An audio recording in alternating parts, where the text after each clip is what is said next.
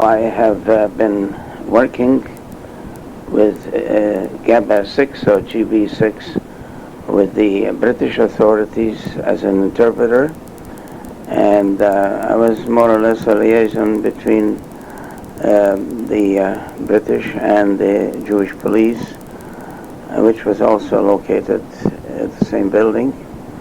If I remember right, the chief of the Jewish police was a Mr. Winnick, a short, stubby fellow, and we were seeing each other daily and conveying messages from the British to Mr. Winnick and Mr. Winnick back to my major, who I still think was a Jewish man from London, England.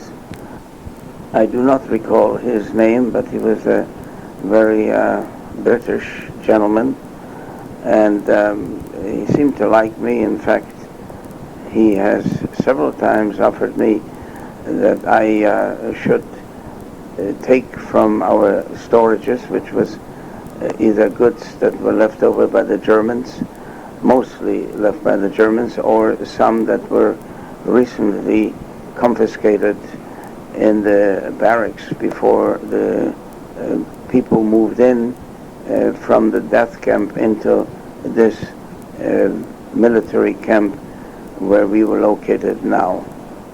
The only thing I have ever taken from that storage that the major offered me to help myself was a waterproof military watch, which I still have, and a tiny little watch that impressed me because of its size.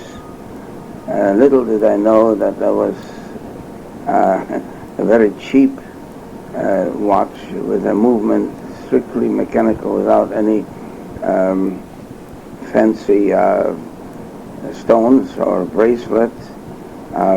Just because of its size, I decided to give that to what eventually became my wife.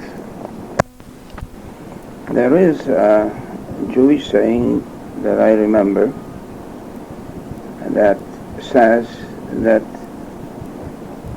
the human being is stronger than steel.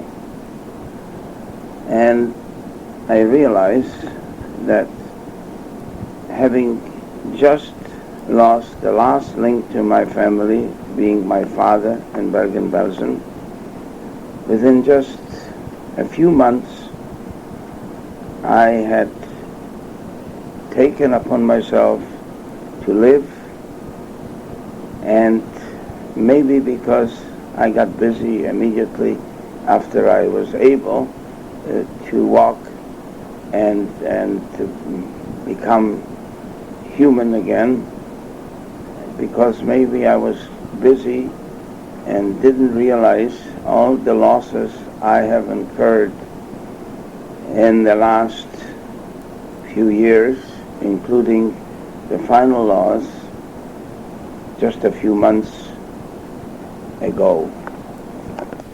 And maybe it was also the instinct not just to survive, but to prove to our enemies that they couldn't and they would never achieve their goal of annihilating our people. As I was gaining in strength, I got involved more and more with socializing with people, asking about anyone who would know anything about my relatives, or even people from my hometown. Unfortunately, it was always negative. However, through Imma, my roommate, I got to know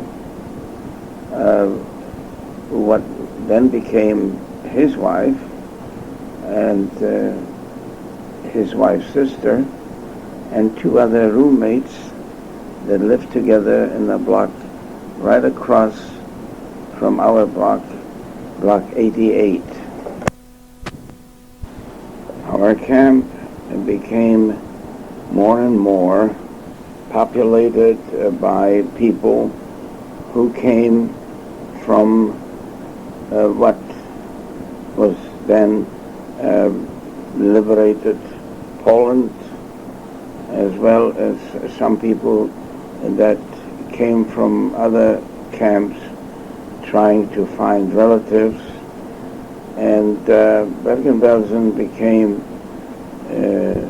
if not the bigger camp, is one of the big camp of liberated prisoners, mostly Jews, because as time progressed, in 1945, the Polish prisoners, as few as they were, went back to Poland, and what was left is 99.9% Jews in Bergen-Belsen. About that time,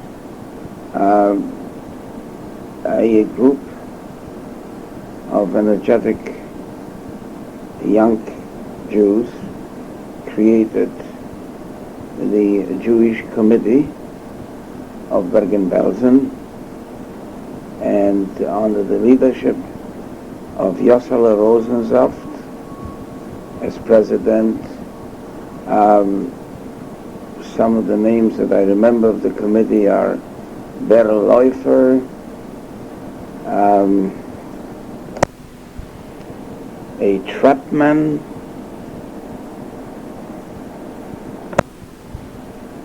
and Hamel Poslushner. I recall Yosele Rosensaft, in stature a small person, however a great man who walked around with a pad of paper in his hand and stopping anyone that was on the block or walking between the blocks and asking, "Give me your name and where you come from. We're making a list of all the survivors so we can exchange them with other camps and eventually find our families." He was a great initiator of what later became the World Jewish Congress, and was well known later on in Israel and in the United States. He eventually married a lady by the name Dr. Bimko, who, to the best of my knowledge, has instituted some great foundations in Israel and is well known in the United States as well. I was also asked at one point to assist the British in the Nuremberg proceedings. I was taken down by the major and two other officers to the American zone where the war crime proceedings were to take place. And after about 10 days or so, they have brought in some more educated and probably more knowledgeable interpreters from England, and so I returned back to Bergen-Belsen. As life in the camp evolved more and more, and people start to realize they needed more than just the daily rations and a bed to sleep in. And they start, out of necessity, to look outside the camp for better food and start dealing in exchanging for cigarettes and coffee, what would consider today bartering with the Germans, who had things that people in the camp did not see for a long time, and it became a exchange market. I personally got acquainted with a fellow by the name of Leo Weinberg, who was a few years older than I, and he was a very clever and business-minded fellow who has pointed out to me that I had so much ability to make my life better by using my position to the advantage of this type of exchange business that went on a small scale and in a way that would probably be advantageous to both of us. And he invited me to think in a way where I could take what was then a girlfriend, and show her things like the theater in Hanover, or go to Hamburg, and sort of encouraged me to think more for what was a better life. Eventually I came up with the idea that we needed a place where this bartering or buying and selling could take place, and through my connections I was able to get a larger room in block 46. Once I had this larger room, I went to Celle, which was some 25, 30 miles away. It was a town, a city, in which I knew of a producer of pop, soda pop. And upon connecting with them and getting a truck in Bergen for a fee, which was mostly in the way of cigarettes and coffee, I brought in the first truckload of soda pop to Bergen-Belsen.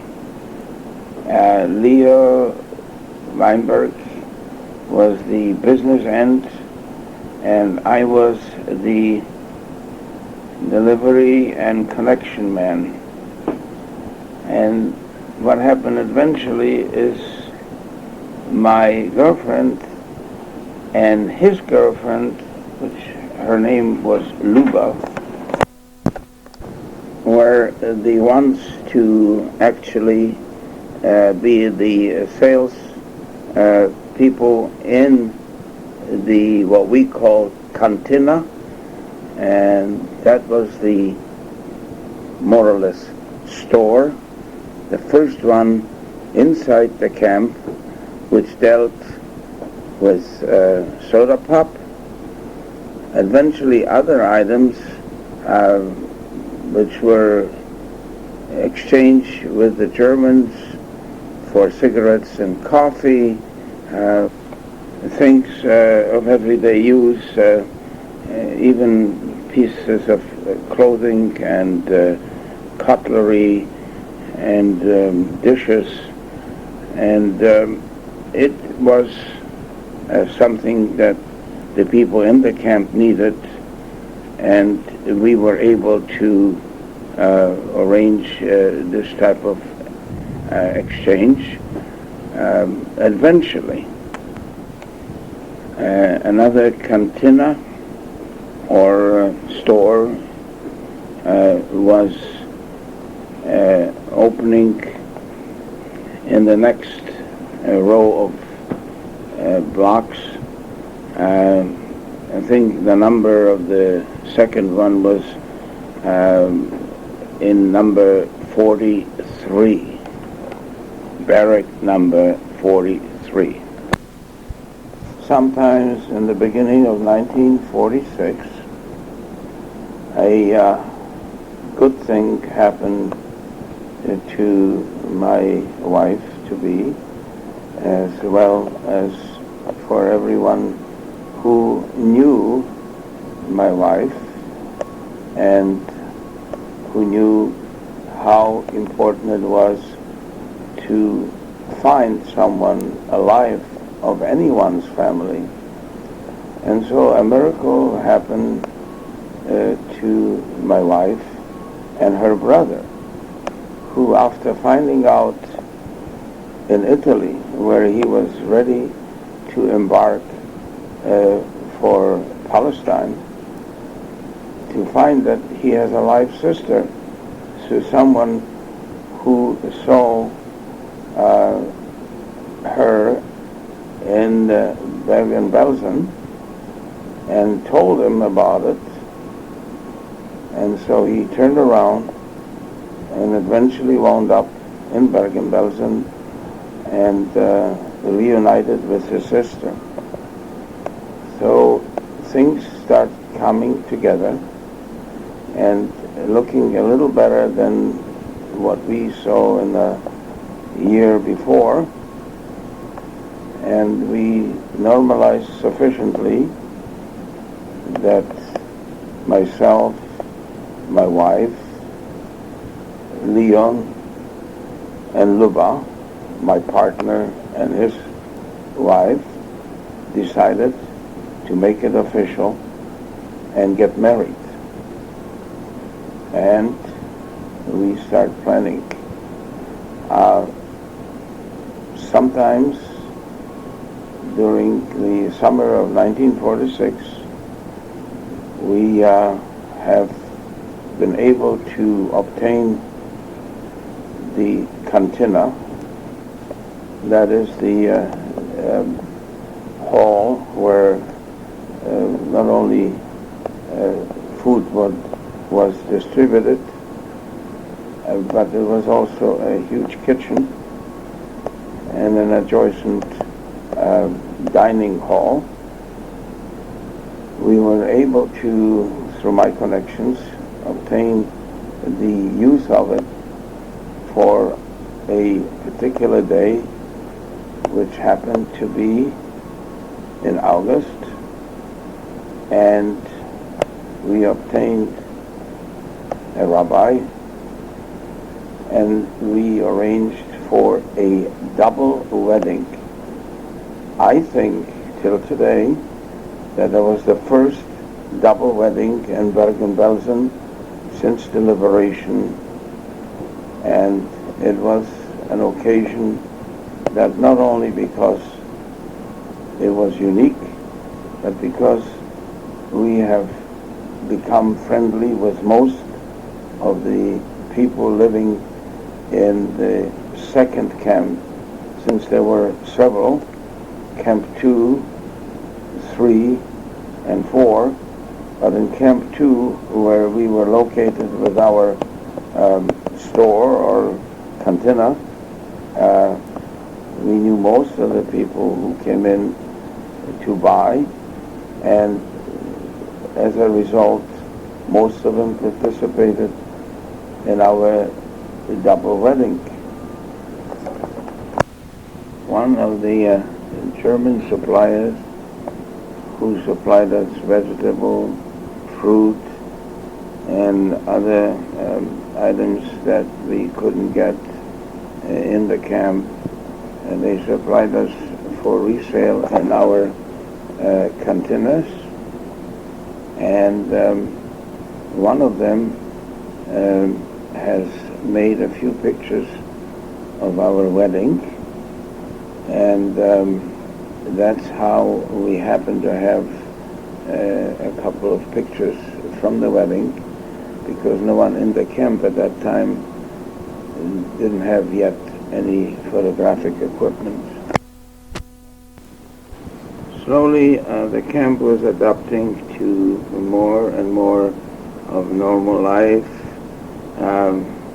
People start thinking of the future, and more organizations sprung up in the camp. Specifically, children start going to kindergarten, and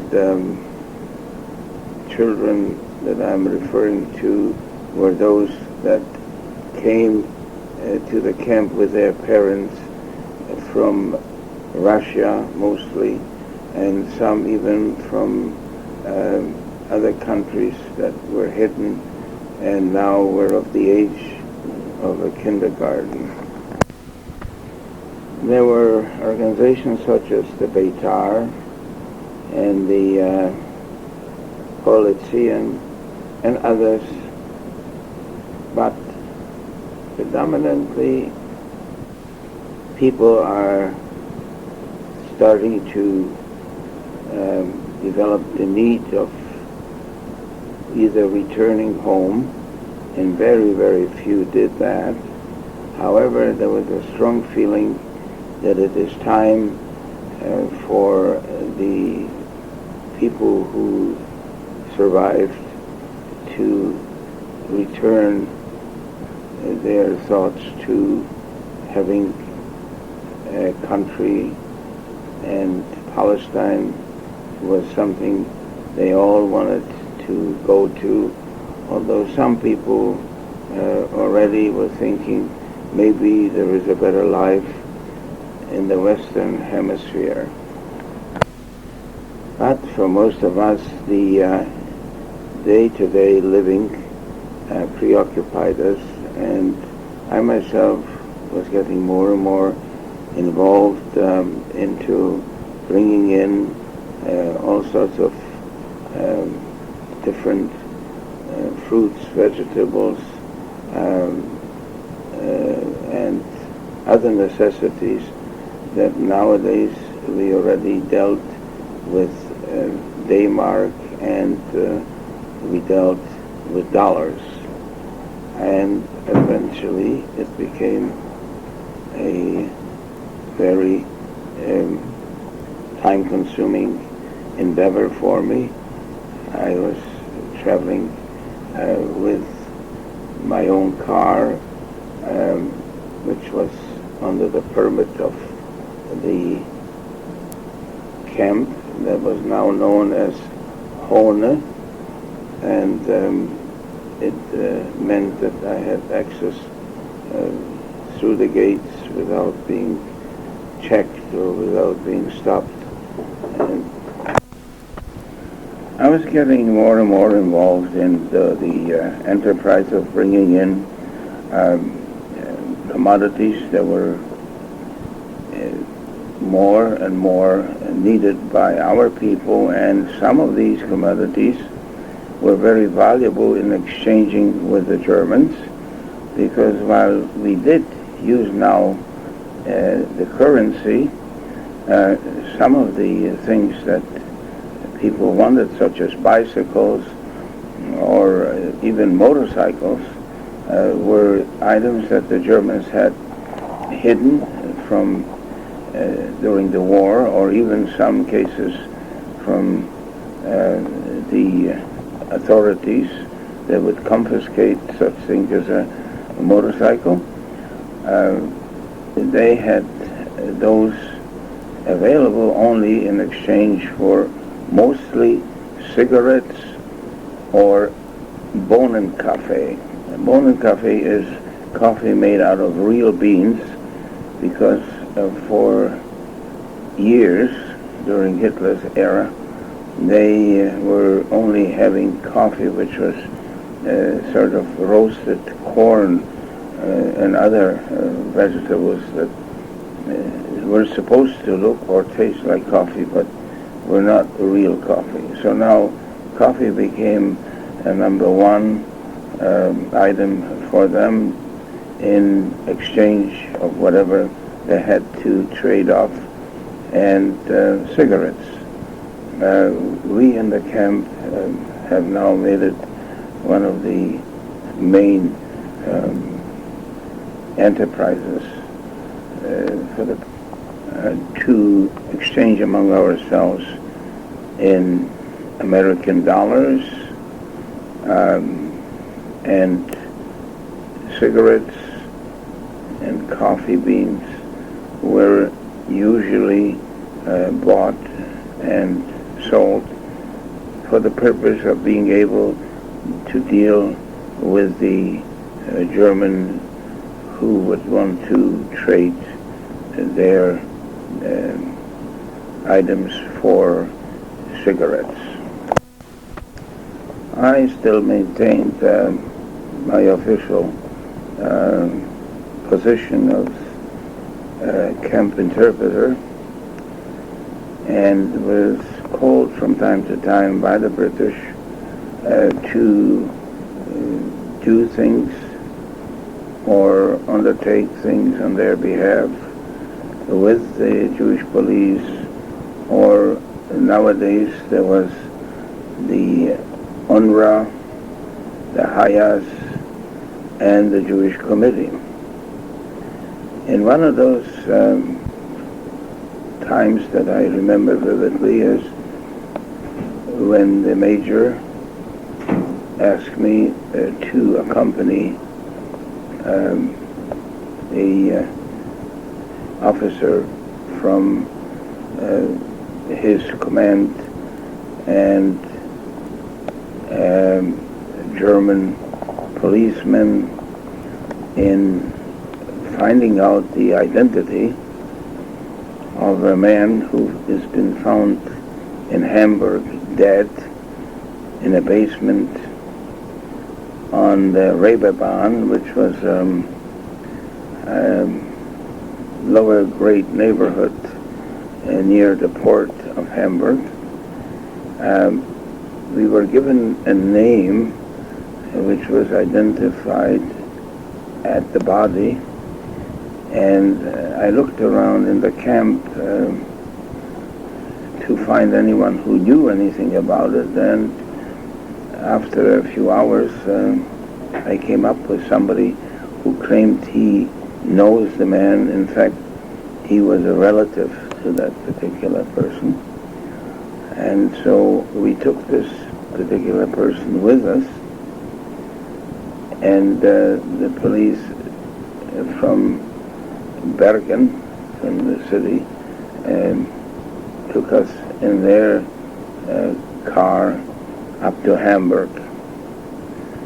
And by the late afternoon, we wound up in the basement of a small home on the Reeperbahn, and the man was identified. There was no way to find out how the man got there, but it was obvious he was killed. He had multiple wounds, and it was concluded that maybe he was robbed. He may have had some money or whatever that the people who robbed him eventually decided to get rid of him. And that's one of the unfortunate duties that I recall during the time that I was working officially. Once again, that relative of the deceased and myself realized that we are really at the same location where we were killed by the thousands, and that we need to think about how to get out of all this, where we would be more secure. And I recall the remarks of that relative of the deceased who said to me, "When is it going to be enough? When?"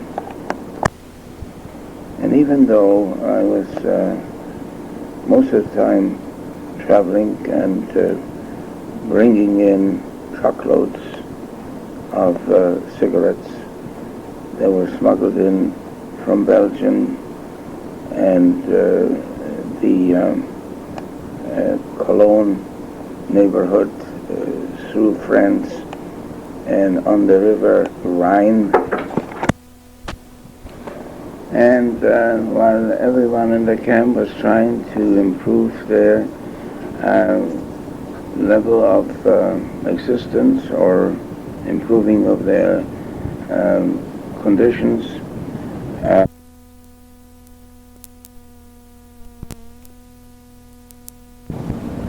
it's hard to describe the feeling we had boarding El Al, Israeli Airlines, in New York. My wife, my Sharon, and my Maxie, we couldn't even comprehend the enormous feeling that we had being part and parcel of a nation that got revived and became once again a identity that was totally forgotten and ignored for thousands of years.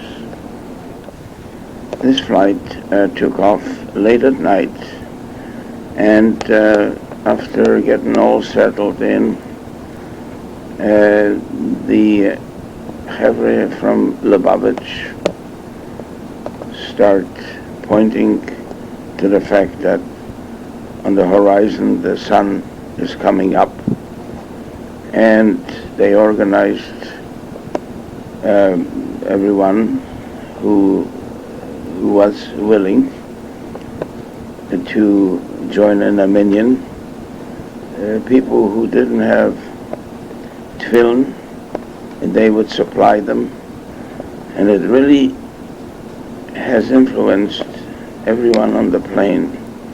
Not only are we on a national airliner, but we are Jews, and we believe in God. I don't think my wife or myself have had a minute of rest or sleep. We were either discussing what kind of arrangements we will have or make for our son's bar mitzvah, because that was one of the major reasons we chose to take that particular time to see Israel and our family in Israel. We also knew that our aunt Shpigler was also finding out for us different possibilities of the arrangements for Maxie's bar mitzvah. And so we concluded that the arrangements would have to wait till we get to Eretz. And the hour finally came. We touched down And what a surprise. As we were coming down from the plane, at the foot of the ramp, there stood a jeep with two military men in it, and in the back seat was sitting a woman and a man with a huge bouquet of flowers. As we approached, they came out of the jeep and handed the bouquet to my wife, and they introduced themselves as being the brother-in-law and sister-in-law to Avram. Avram being the oldest son of Ciotka Bela, Shpigler.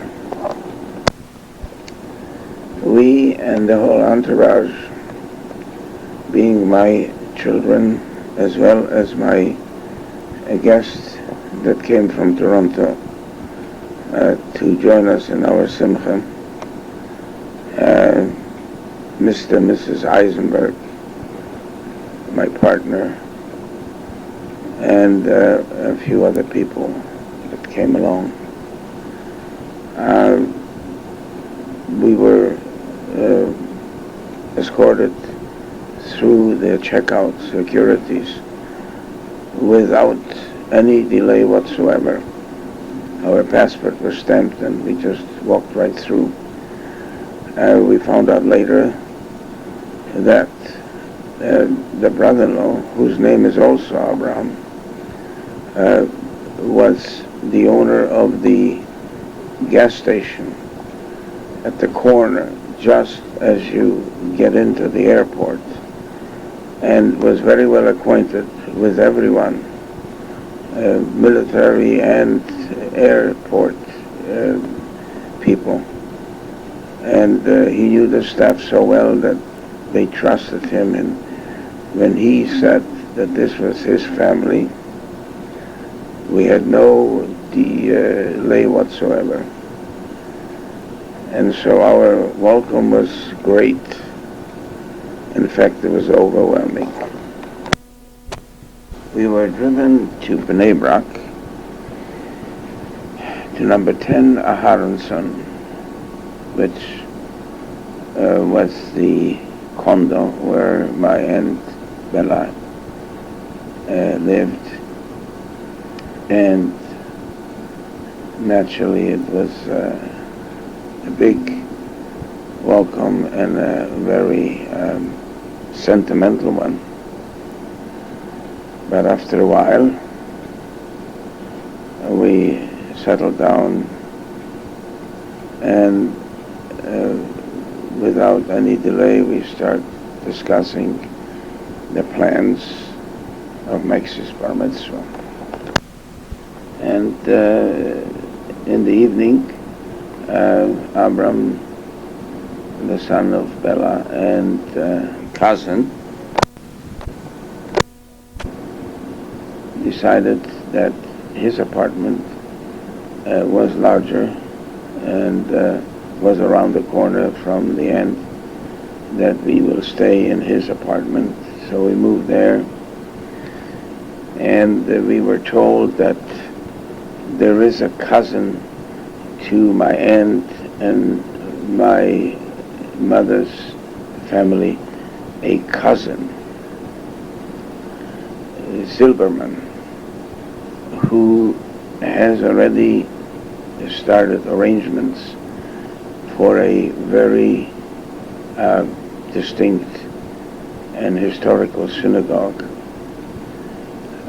in the downtown area of Tel Aviv for the Aliyah and the ceremony of bar mitzvah for my son Max.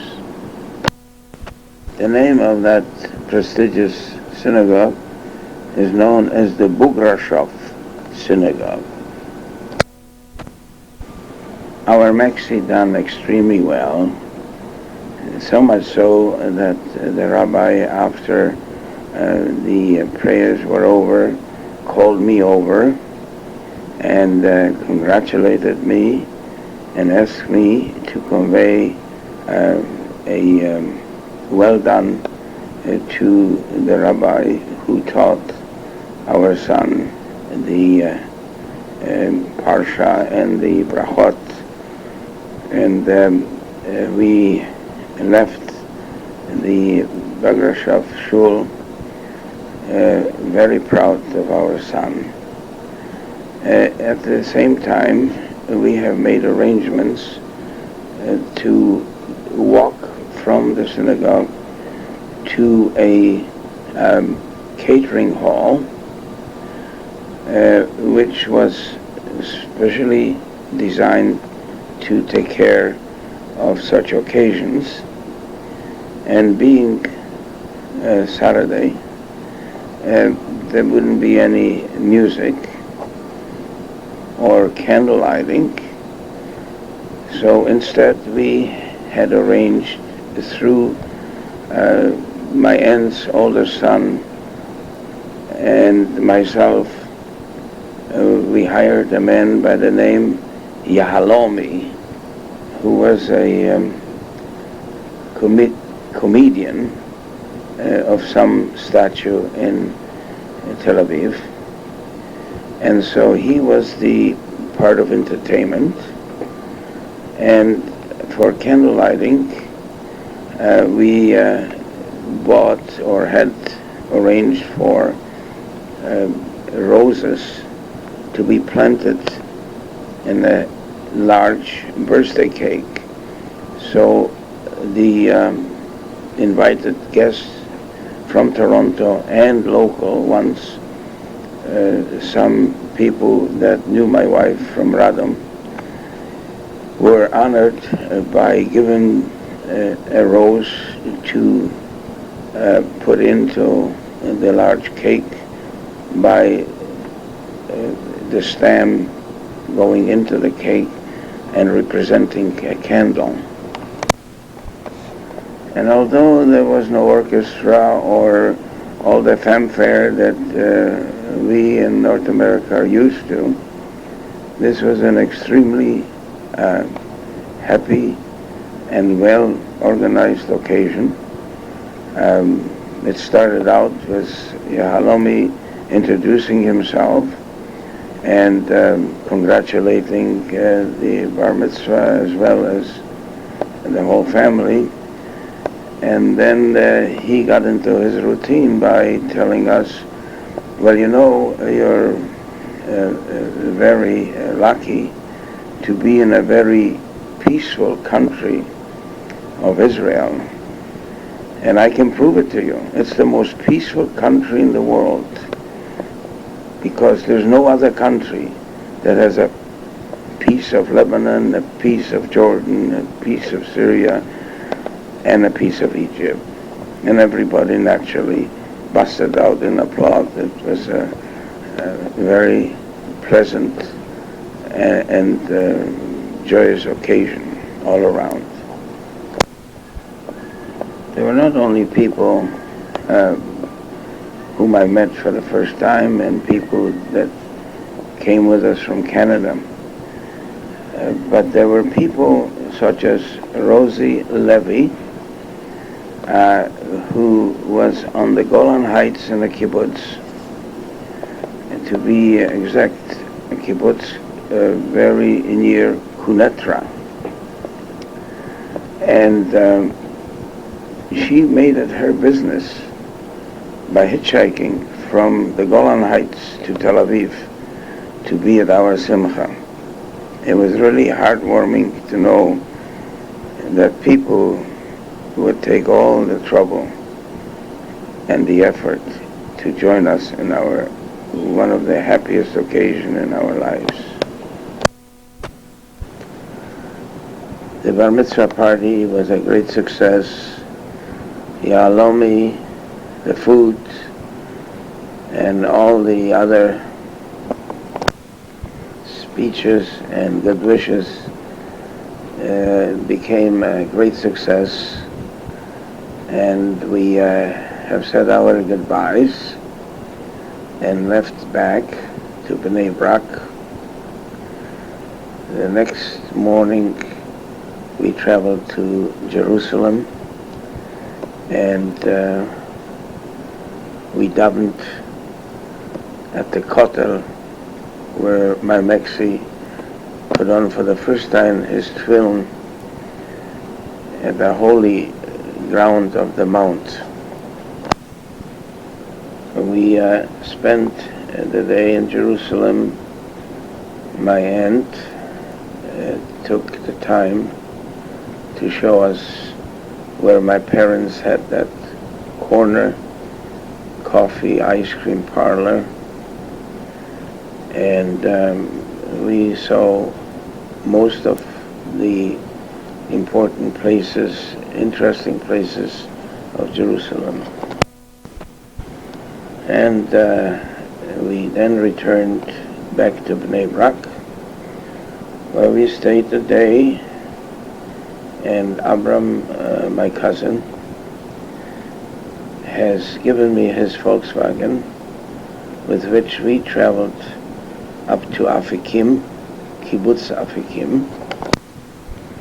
In kibbutz Afikim, we met up with the younger brother of Avram, Chaim Shpigler, and we met his wife Ruth. Chaim was the plant engineer of Kelet Afikim, and we were received very, very well, and had an experience which, as all the other experiences we had in Israel, were unforgettable. It was namely Pesach, and on Passover, kibbutz Afikim, which wasn't considered very religious, however, for Pesach they would have a separation for people who wanted to be observant, and for people who didn't stay with the Passover diet. They had separate rooms or dining halls. And we have joined the Seder night.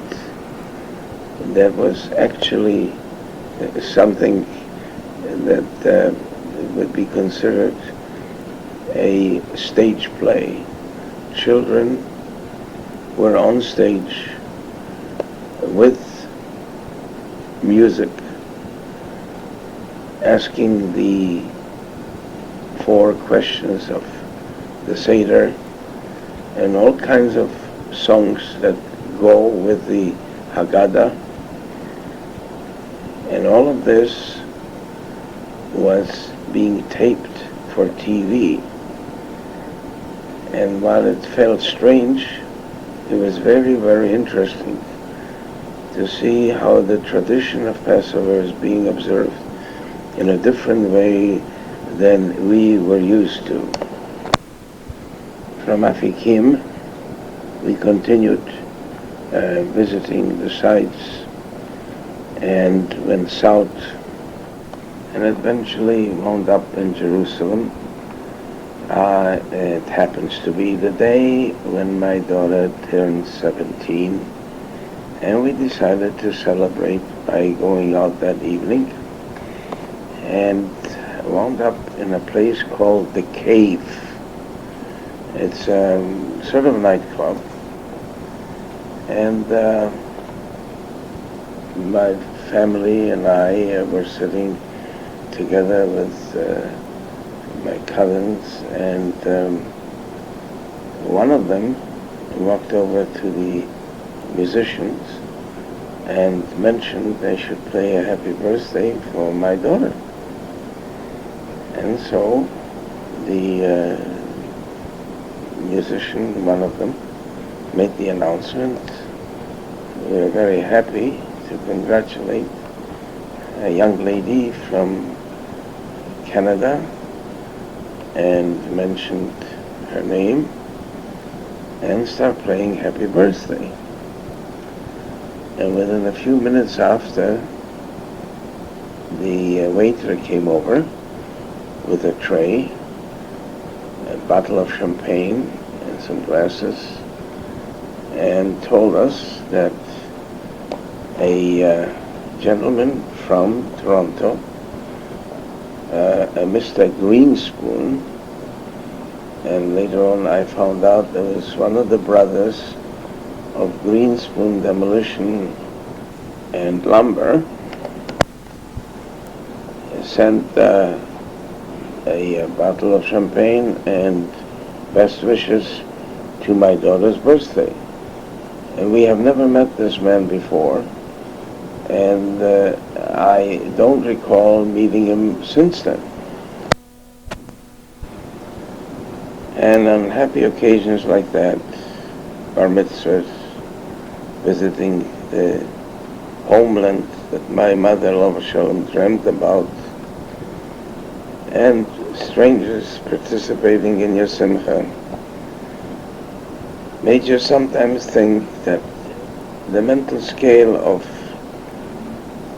what happens to you from the good side of the scale and what happened to you on the bad side of the scale are almost balancing. And so we continued enjoying our visit in the Holy Land with the family and Bella and her sons, kibbutz Afikim, and the country, and not only from the point of view of it being the country that the Jews dreamt for thousands of years, but also the progress that that small country with people from the ashes that came to build and to prosper. We continued a few more days and we went back to our daily life in Toronto, the school, the job, the home, and friends.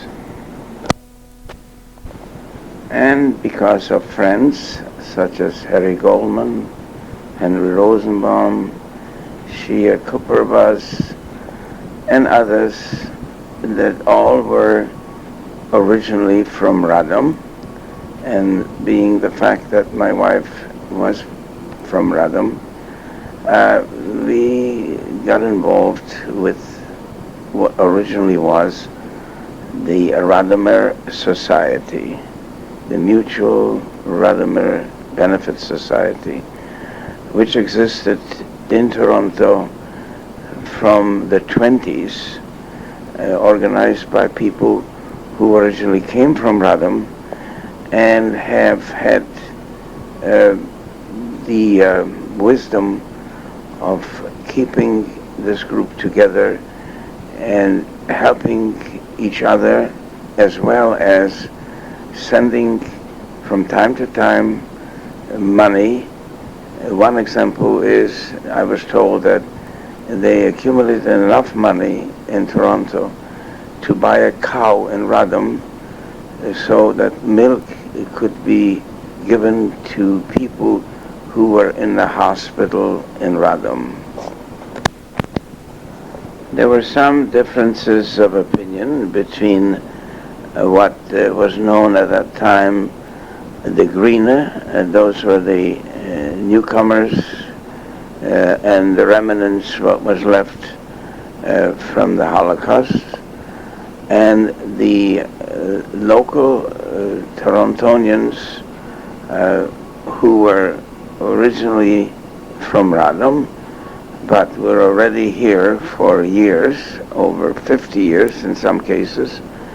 There were differences of opinion as to what to do about the society, which was located on Beverly Street, and the fact that the society had no standings as far as the government was concerned. There was a building that was taxed.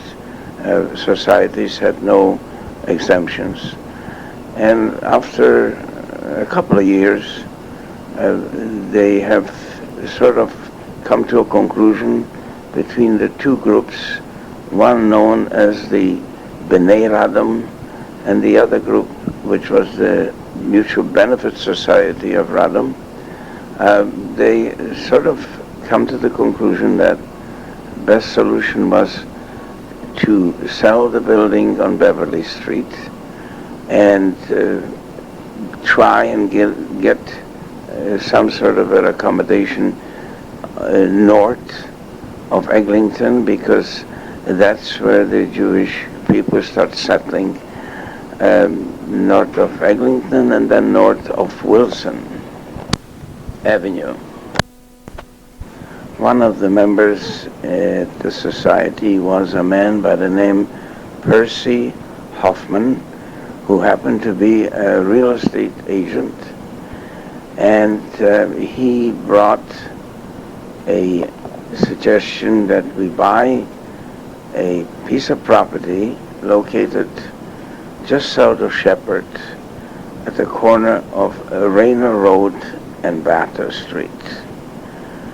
And eventually that was bought and then built by two members who were already at that time involved in building homes and small projects. These two were Harry Goldman, who was a member of the Bnei Radom, and Isaac Garfinkel. He was also a Radomer, but I don't know whether he was or wasn't a member at the time of the Radomer organizations. And that is how the Beth Radom congregation was built at 18 Rayner Road. We have had an opening in it was opened with a couple of Sefer Torahs that was brought from the Bet David, which was the nearest synagogue to Rayner Road, and still is the closest one at this stage, only 3 or 4 blocks away from the Beth Radom. Another project that united the Bnei Radom and the what now is the Beth Radom congregation was a project that both have been involved and succeeded to get a partial section of what was a cemetery at Daz Road, and the Congress helped with an addition to what was already purchased as a burial ground for the Radomer Society, and with that property, the Bnei Radom has organized under the leadership of Henry Rosenbaum and others to create what is still today the monument of the Holocaust people and names of their parents and names of all those who perished. Myself, I was involved in that collection of names and contributions to be able to put up this monument. And although my parents were not Radomer, because of my association with the organization and the fact that I was on the committee of that monument, I was allowed to put on my parents' names, and I was glad that someone somewhere will be able to remember those names generations to come by having them inscribed on the monument. The first president of the Beth Radom was Yosele Rosensaft, an uncle to Henry Rosenbaum, and he has tried, although not having a religious background, he tried to make the best he could out of the organization, and slowly we found that we needed more religious supervision, and we have turned to some of the members with more religious background to conduct services. And we had one young fellow who had a very nice voice. His last name was Friedman. I do not remember his first name. And he acted as a chazan. He was very capable and brought in some of the religious meaning to the synagogue. And the second president at the Beth Radom happened to become a man by the name Izzy Green, who, by the way, was not a Radomer, but he used to belong to what then was the Radomer Society. And so it became something that eventually caught on. You do not have to be from Radom to become a member at the Radomer synagogue. And more people have joined, although they were not from Radom or were not affiliated with the Radomer Society.